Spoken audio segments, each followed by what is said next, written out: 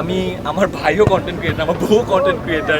একটা ইন্ডাস্ট্রি গড়ে উঠতে সময় লাগে। আগে থেকে কন্টেন্ট ক্রিয়েটার ছিল না, নামটা নতুন আসছে, পরিচয়টা নতুন আসছে।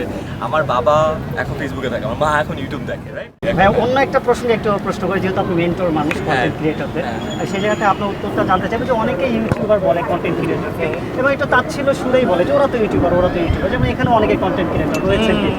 তো এই বিষয়টি নিয়ে আপনি যদি একটু বলবেন। প্লট রেডি, আপনি রেডি তো? দেখেন, নতুন পরিচয়, নতুন পেশা, নতুন কোনো কিছু যখন আসে, সবারই ওই জিনিসটা একটু মানিয়ে নিতে, ওই পরিচয়টা বহন করতে এবং ওই জিনিসটা আসলে মানে কি বলবো, একসেপ্ট করতে টাইম লাগে। একটা নতুন জনরা, আগে থেকে কন্টেন্ট ক্রিয়েটার ছিল না, নামটা নতুন আসছে, পরিচয়টা নতুন আসছে। আমি আমার ভাইও কন্টেন্ট ক্রিয়েটার, আমার বউ কন্টেন্ট ক্রিয়েটার। সো আমাদের নিজেদের পরিবারেও এটা বোঝাতে সময় লেগেছে। তো নিজেদের পরিবারেও যদি বোঝাতে সময় লাগে, আপামর জনসাধারণকে বোঝাতে সময় লাগবে। সেটা স্বাভাবিক, নতুন একটা যে কোনো জিনিস আসলে এটা একটা থাকে। সোশ্যাল মিডিয়াটা এখন আমাদের লাইফের একটা পার্ট হয়ে গেছে। আপনি মানেন না মানেন, একটা বৃহত্তর অংশ আপনি সোশ্যাল মিডিয়াতে কাটান। আমার বাবা এখন ফেসবুকে থাকে, আমার মা এখন ইউটিউব দেখে, রাইট? সো এইটা এখন সবারই একটা লাইফের অঙ্গাঙ্গিভাবে জড়িত একটা পার্ট হয়ে গেছে।